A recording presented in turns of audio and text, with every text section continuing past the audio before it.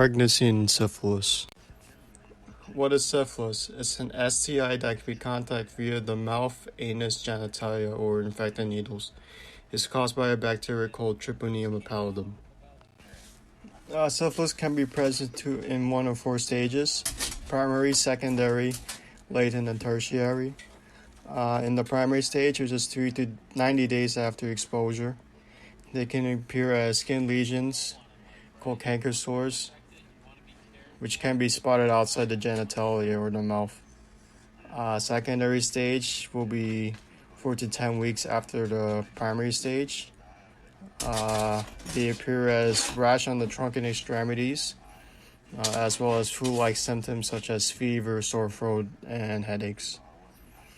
Tertiary stage, which is 3 to 15 years after, it's the stage when the infection starts to spread to the organs and cause damage, such as the brain and heart. The latent stage is the period between the secondary and the third stages. It's where the patient remains asymptomatic for years. Can the fetus get syphilis? Yes. If the pregnant patient with syphilis is not treated soon, there's going to be some long-term implications.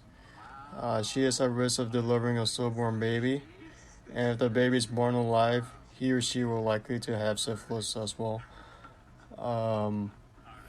Complications include bone damage, severe anemia, enlarged liver or spleen, jaundice, neurologic problems such as blindness or deafness, meningitis, skin rash, lesions, and death.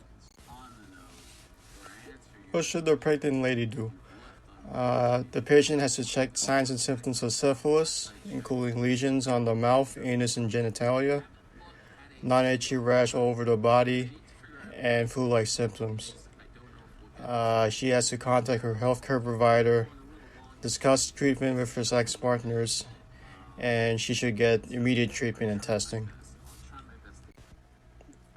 It is important for the patient to receive 2 serologic tests for diagnosis. One is the treponema test, and the other one is the non-treponema test. The treponema test involves detecting antibodies that directly respond to syphilis, whereas the non-treponema test involves detecting non-specific antibodies that respond to cellular damage caused by syphilis. The VDRL and the RPR tests are recommended to be used for non-treponema testing. Additionally, after taking the first test, it is required for the patient to take up follow-up non-treponema testing either on delivery or every 8 weeks or sooner if there is possible reinfection.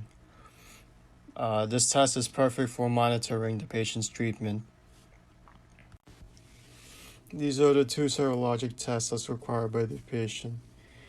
They are both important to diagnose syphilis. If both tests are non-reactive, then there is no evidence of syphilis. If both tests are reactive, then there is strong evidence of syphilis or any diseases with spiral bacteria. If the non-treponema test is reactive but not the treponema test, then there is a false positive that may involve acute or chronic infections, autoimmune disease, drug use, and vaccinations. If the treponema test is reactive but not the non-treponema test, there may be an evidence of syphilis. However, a non-treponema test must be conducted to confirm the treponema test. Other tests include the use of the dark field microscope to find spiral bacteria, and then there's the PCR test, which is another DNA test. There is the cerebrospinal fluid evaluation, which assesses for signs of neurosyphilis, including cranial nervous function, meningitis, stroke, or loss of vibrational sense. Anticipate for elevated CSF leukocyte count, which indicates infection. There is the ocular exam, which tests the visuals if symptoms of ocular syphilis occurred, including blindness. There is the auditory exam, which tests the hearing if symptoms of otosyphilis occurred, including deafness.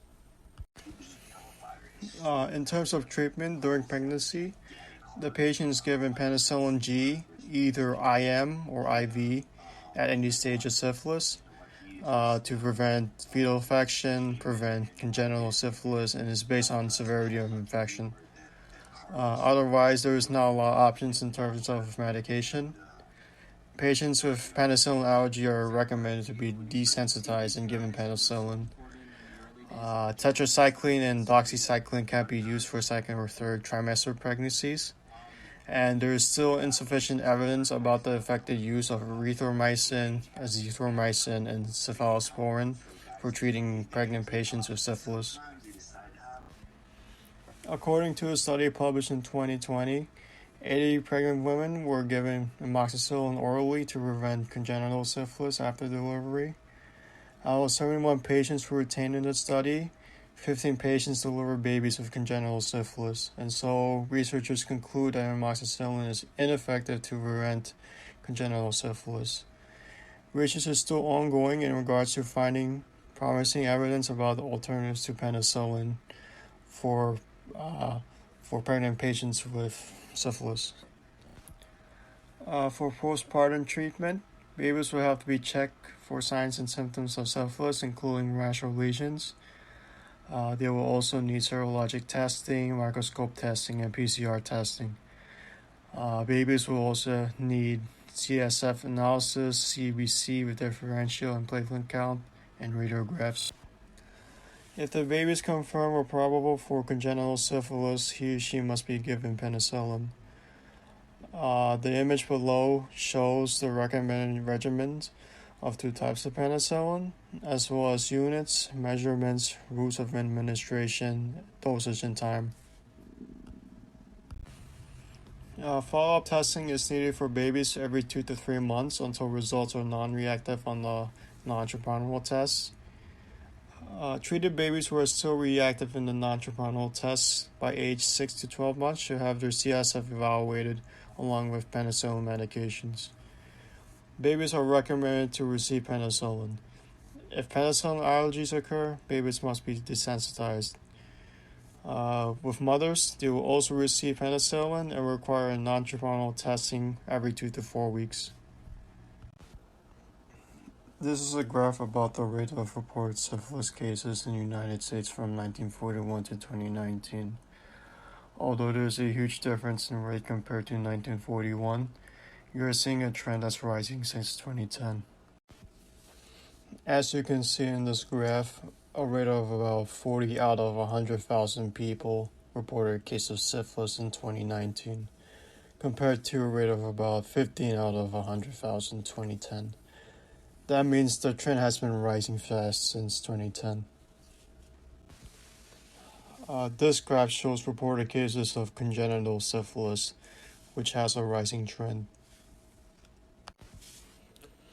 This poster is from a 2017 SCD report, which is relevant in the currently rising cases of syphilis. In 2013, there were 362 cases. In 2014, it was 462 cases. 2015, it was 492 cases. 2016, it was 639. 2017, it was 918.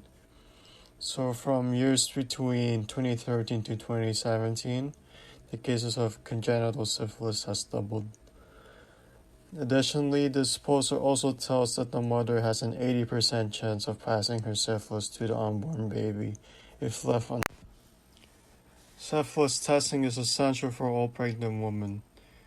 One test may not be enough. Start testing early and again if needed. Pregnant women are obliged to get treated as soon as possible. Penicillin is very effective and can cause a patient to be cured from syphilis and stop syphilis from being passed over from mother to child. How can syphilis be prevented?